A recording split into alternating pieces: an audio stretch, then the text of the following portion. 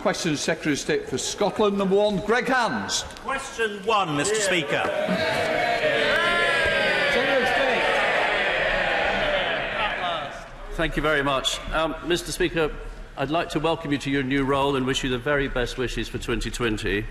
And in answering the question, I would say the UK Government continues to work closely with the Scottish Government to implement the fiscal government agreed in February 2016, and I pay tribute to the right honourable gentleman who played his part in that agreement. A review of the arrangements is due in 2021. Greg Hands. I also welcome you to your position, and also the new Secretary of State to his position. One of the interesting features about those negotiations, of course, was that we alternated venues between London and Edinburgh for doing those, which might be an interesting thing for other negotiations about to start. But one of the things about the fiscal framework, combined with the Scotland Act 2016, it helped create possibly the world's most powerful devolved parliament anywhere in the world. Could the Secretary of State tell us what have been, however, the consequences for fiscal devolution for Scottish taxpayers? Well, he's absolutely right. The Scottish Parliament is the most powerful parliament, devolved parliament in the world. And it is much more, with those tax powers, it is much more accountable than it previously was. However, I regret their decision to make Scotland the most highly taxed part of the United Kingdom. Tony Lloyd. Thank you, Mr. Speaker. Can I also welcome you to your chair and the Secretary of State and the Minister to their own new positions. Can I say to the Secretary of State, though, that when the 2016 framework was established, this, of course, was before we knew the impact of Brexit. The world has changed. There will now have to be real consideration as to what powers pass from Brussels, not simply here to Whitehall, Westminster, but, of course, to Holyrood. This is an opportunity for the Secretary of State to reach out cross-party and establish a proper framework for the future as to what powers rightly should now be with the Parliament and the Government in Scotland. But also, the Secretary of State has got to take responsibility to make sure that there is the financial package that goes with those new powers. Well, in the spending round, there's an extra £1.2 billion for Scotland, so that's quite clear. As regards frameworks, discussions on frameworks are ongoing and they're proving to be successful. And there isn't a single power being taken away from the Scottish Parliament as we come out of the European Union. And if anyone can think of one, they should write and tell me, because quite to the contrary, the Scottish Parliament will have more powers after we leave the European Union. Number 2, Mr. Speaker. Thank you very much, Mr. Speaker. And if I could use my first opportunity to say what a privilege it is to be re-elected as the Member of Parliament for Murray, representing my home area, and now to also work in the Scotland office. Could I also wish you, Mr. Speaker, a very happy new year, as we say in Scotland, lang may your lum reek. Turning to my honourable friend, leaving the European Union will afford the fishing industry in Scotland and across the United Kingdom many opportunities going forward. We will no longer be shackled to the common fisheries policy, and we will control who catches what, where and when in our waters. This government will work tirelessly with our fishermen and coastal communities across Scotland to that aim. Can I thank the Minister for his answer? It is fantastic to see him in his place, and I congratulate him on his new role.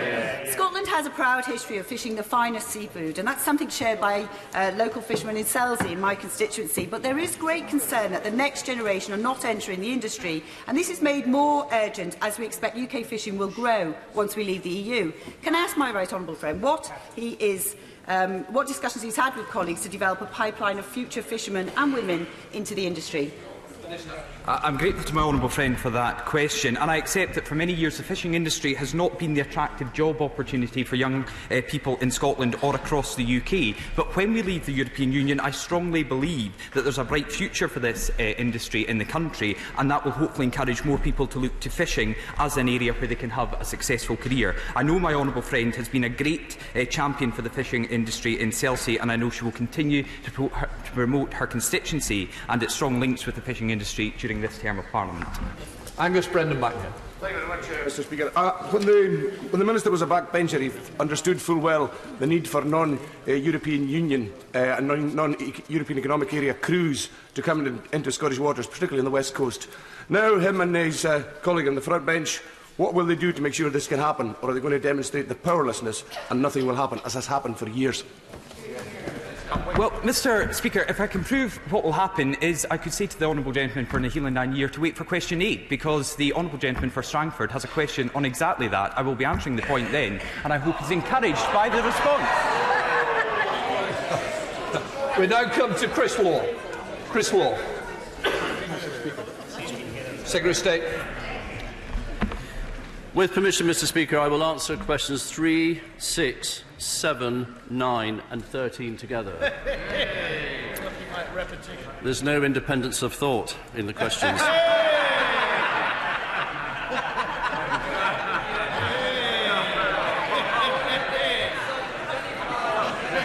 The Prime Minister has received the First Minister's correspondence, which contains the Scottish Government's publication, and he will respond in due course. Chris Law. Thank you, Mr. Speaker. The Secretary of State repeatedly said to the people of Scotland during the general election campaign that, and I quote, "Every vote for the Conservatives is a vote to say no to Indy-Ref." Well, Mr. Speaker, that went well for them, didn't it? That message saw them lose over half their seats and left them with barely a rump of MPs. So will the Secretary of State now listen to the people of Scotland, as reflected by the 80% of seats won by the SNP, and support their expressed democratic will to choose their own future? 45% of Scots voted for the SNP in the 2019 election, and 45% of Scots voted for independence in 2014. The numbers simply haven't changed. And I would further add, back in 2014, the independence referendum came on the back of something called the Edinburgh Agreement, which was signed by Alex Salmond and Nicola Sturgeon, the then Deputy Leader. And in the Edinburgh Agreement, it said that both parties would respect the outcome of the referendum. And that hasn't happened. Thank you, Mr. Speaker. A good New Year to you. The Scottish Secretary has anticipated that the Scottish Parliament will refuse legislative consent for the European Withdrawal Bill. He said, and I quote, "That is something we understand and respect because their position is that they don't support Brexit." When consent is refused today, how will his government demonstrate that respect? Well, what we are respecting is the democratic outcome of referendums, which you don't respect. And the referendum in 2016 was a United Kingdom referendum, and we voted to leave the European Union. We're respecting that. And under the Seoul Convention, you have what's known as outside not normal, and this is a constitutional matter. It's not normally it's a constitutional matter reserved. It's not normally under the remit of the Scottish Parliament. So we are delivering what the 2016 referendum requested us to deliver. Amy Callaghan. This Tory government is claiming that its 43% of the vote in the last general election provides it with an overwhelming mandate to implement Brexit. Can the Secretary of State therefore explain the absolute blinding contradiction of his own position when he says that the 45% vote for the SNP, providing 80% of seats in this Scottish seats in this very House, doesn't equate in a mandate for the people of Scotland to choose our own future? It was a referendum 3 years ago. We are speaking for the majority of Scots. The majority of Scots voted to remain. The majority of votes voted, to leave in 2016, to leave the European Union. We are absolutely respecting that decision, whereas the SNP are not respecting it and wanting to tear up the United Kingdom. Neil Gray. Thank you, Mr. Speaker. The Secretary of State's performance thus far is highlighting just how untenable this government's position on this matter is. He completely failed to answer my colleague's question. So can I remind him, his party enjoys 43% of the vote to deliver Brexit, and yet denies the SNP its right to give the people of Scotland its say with the 45% of the vote in Scotland that we secured. What is his democratic case for denying the people of Scotland their right to choose their own future. The First Minister has asked for the right to set referendums in the future to decide the context of those. We are very clear about this. Constitutional matters are reserved, and it would be completely wrong for us to hand those powers over to the Scottish Parliament, because we would end up in a series of never-endums. Bad for the Scottish economy, bad for Scottish jobs, reducing tax income and therefore damaging already failing public services. Kirsty Blackman. Thank you. The UK Government have ignored Scottish people's voices and votes in every election and referendum since 2016, careering on with both Brexit and austerity. Can the Secretary of State inform us what precise electoral event would convince him that Scotland's people should have the right to choose their own future? Well, first of all, on austerity, the Scottish Government's own independence figures showed there'd be a £12.6 billion hole in the Scottish finances, and that would mean real austerity. Regarding when the time will be right, both Nicola Sturgeon and Alex Salmond said at the time it was a once-in-a-generation, once-in-a-lifetime decision. I don't feel a generation nor a lifetime have passed. Blundell. Thank you, Mr. Speaker. Can I welcome my right honourable friend and the Minister to the dispatch box? Doesn't my right honourable friend agree with me, though, that this document is just another expensive and time-wasting stunt by Nicola Sturgeon and the SNP? The people of Scotland chose. They chose in 2014 decisively to remain in the United Kingdom. And it's time Nicola Sturgeon and the SNP accepted that and move on. Thank you, Mr. Speaker.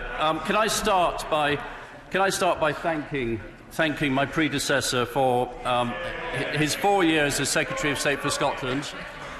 Prior to that, 5 years as Under-Secretary. Before that, 4 years as a shadow spokesman. So, in all, 13 years as a spokesman on Scottish affairs in this Parliament.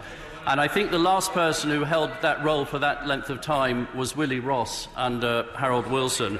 So I thank him for all the hard work and service he's given to the people of Scotland. As regards the point he makes, it's quite clear that the Scottish Government constantly harp on about independence and separation because they want to deflect from the main issue, and the main issue is that they are failing in our school standards and they're failing our NHS. Thank you very much, Mr. Speaker. I very much welcome the new ministerial team to the Scotland office. In Scotland, education standards are falling. In Scotland, NHS is also failing patients with missed waiting time targets. So does the Secretary of State share my embarrassment with the First Minister of Scotland that rather than sorting out these important issues, she's obsessing with independence? Yes. David Dewitt. Stephen Crabb. Thank you, Mr. Speaker. Does my right honourable friend agree that the SNP have got every right to continue making the case for independence and to do so with passion and with force? But what they don't have the right to do is to keep dragging the people of Scotland and Scottish business round the same mountain time and time again to try to get the answer that they didn't get the first time. The right honourable gentleman makes a very good point. What Scotland needs now is a period of peace and tranquility, not division and rancour. We need to take the opportunities that Brexit will bring us, not least with the common fisheries policy coming out of that and other great trade deals, and go for a year, make 2020 a year of optimism and growth. Rachel McLean. Thank you, Mr. Speaker. The NHS is a precious asset that's just as important to people in Scotland as it is to my constituents in Redditch. Does my right honourable friend agree with me that the Scottish Government's obsessive attraction to independence is detracting from their focus on the NHS, and they should focus on serving the people in Scotland in their 12-week treatment time, which they've never met? Where are the questions about the new hospital? Yes, my honourable friend makes a very good point, and actually the Herald today highlights that accident and emergency waiting times have deteriorated in Scotland to a record low, with patients now waiting more than 12 hours. Record numbers of patients now waiting more than 12 hours to be treated. Bill Stride. Mr. Speaker. Thank you, Mr. Speaker. Ministers and officials have regular discussions with the Scottish Government on many issues, including the block grant. The latest spending round gave the biggest funding settlement for the Scottish Government in a decade, with an extra £1.2 billion to help grow the economy and invest in our vital public services across Scotland. Bill Stride. Would my honourable friend reassure the House that at the upcoming budget, the Scotland will receive its fair share of funding through the Barnett formula, and further, that the commitments made by the last government in respect of the 8 city and regional deals will be honoured in full? I can reassure my right honourable friend that Scotland will receive fair funding thanks to the block grant and the Barnett formula, and that will continue. On city and growth deals, we're already investing £1.4 billion across Scotland and are committed to a deal in every part of the country, including my own area of Moray. We agreed to £32.5 million from the UK Government, matched by the Scottish Government, making it the highest funded growth deal per head of population anywhere in the country. That's actually a sign to constituents across Scotland what Scotland's two governments can do when they work together. Murray Black. I just want to quickly commend the work of the member for Edinburgh East in this role previous to myself. Did a sterling job and couldn't have set a better example. Yesterday, my colleagues asked the Chancellor for an explanation as to why the UK is delaying their budget until the 11th of March. Now, this is despite the fact that the Scottish Government must pass its budget by the 1st of April, and the 11th of March is actually the legal deadline by which Scottish councils have to have their budgets and set their council tax levels. Now, there was no explanation given yesterday, and I doubt I'll get one just now. So instead, I want to ask, if and when did the Secretary of State raise this issue with the Cabinet? And if so, what answers was he given?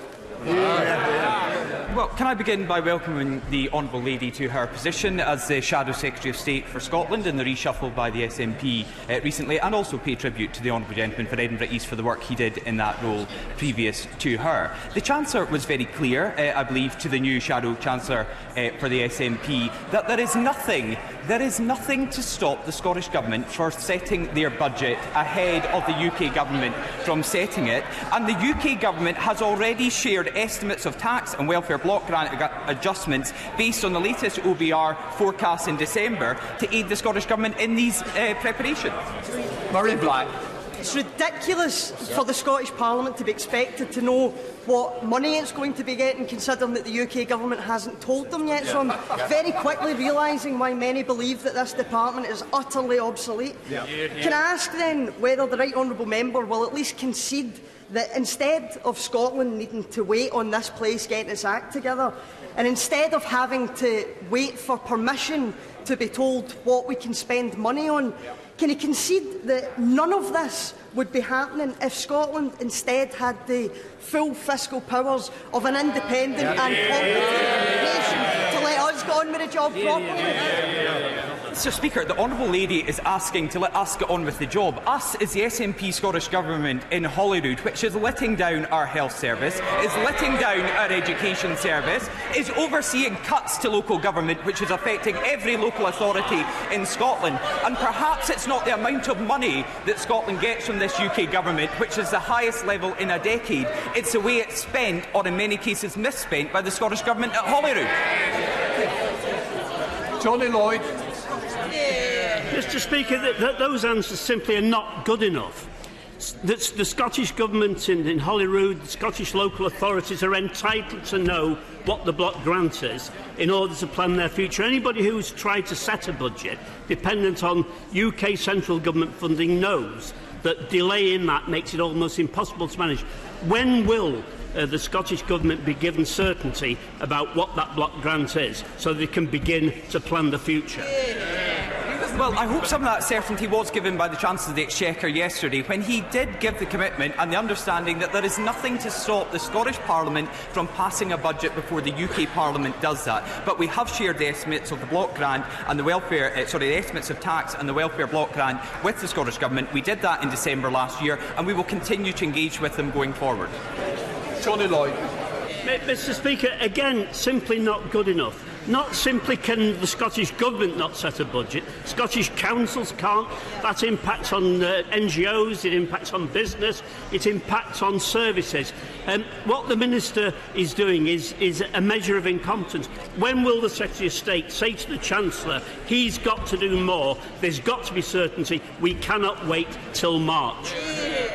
Well, as the Chancellor of the Exchequer takes his seat, I'm sure he will have listened to these discussions, and he also answered the points yesterday from the SNP representative. I was a local councillor myself before I entered this place for 10 years on Murray Council, so I know the important role they go through in setting their budgets. What has made it more difficult in recent years is the greater cuts they've received from the SNP Scottish Government at Holyrood, which is affecting our local services in Murray and across Scotland. Mark Logan. Question number 5, Mr. Speaker. Thank you, Mr. Speaker. To date, the UK Government has committed over £1.4 billion in Scotland through city and region growth deals, and that programme is going to be rolled out along to all the other regions of Scotland very shortly. Mr. Speaker, I fully support our government's ambitious plans to make sure every part of Scotland benefits from a growth deal. And does the Secretary of State agree with me that the £1.4 billion that the UK Government has already invested in city and growth deals is another fine example of how Scotland benefits from being in a strong United Kingdom? Well, I do agree with that, and it's just one example of how Scotland benefits from being in a strong United Kingdom. Another example would be the union dividend, which is worth over £2,000 to every man, woman and child in Scotland per annum. And I would further add, the Prime Minister has announced a further £300 million to complete these growth deals across all the regions of Scotland and also Wales and Northern Ireland. In October, I was pleased to announce the quantum for Argyll and Bute, and very soon I'll be announcing the quantum for both Falkirk and the islands. Liam Murray. Thank you, Mr. Speaker. Can I congratulate the Secretary of State on being reappointed to the Cabinet? Of course, growth deals are important, but I wonder if the Government has any conversations with the Scottish Government and how they would plan to plug their 8% fiscal deficit in order to meet the fiscal deficit rules of the European Union at 3% in order to enter the European Union in the event of an independent Scotland. The honourable gentleman makes a very good point. For an independent Scotland, if separation were to happen, for an independent Scotland to join the European Union, under the Maastricht criteria, the fiscal deficit would have to be 3% or less of GDP.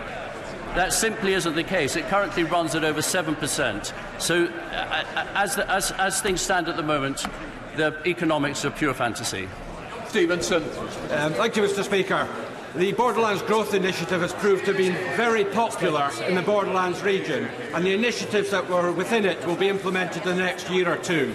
Will the Secretary of State commit to the Borderlands having a second Borderlands growth deal? Well, Dave. My honourable friend won't be surprised that I missed the end of his question as our Prime Minister was chaired. But I think he was asking me to commit to the delivery of the Borderlands growth deal. We have the quantum announced, and very soon we're going to have heads of terms. Anna Bardell. Will the Secretary of State put to one side his fluffy rhetoric and answer this? When he's looking at the regional growth deals for Edinburgh and the Lothians, will he look at the mess that his government have made over the closure of the HMRC office in Livingston and the move to Edinburgh? And will he do as his predecessor did, come to Livingston in West Lothian, speak to my constituents, speak to the workers, speak to the unions and the elected representatives, and look at what can be done to fill the gap and the mess made by his government? I'm very happy to speak to the honourable lady outside the chamber about her concerns on that, yes. Alistair Carmack. Speaker, on the subject of the quantum for the islands deal to which the Secretary of State has already referred, will he confirm that he will pursue with Treasury a basis that is different from the per capita funding of other deals, because otherwise the deal for the islands will never be a meaningful one? The honourable gentleman raised a very good point. I mean, previously these deals have been done on the basis of per capita, and we recognise for the islands it's a huge geographical area, and per capita would bring a very low outcome. So we are in discussions with the Treasury about raising the quantum.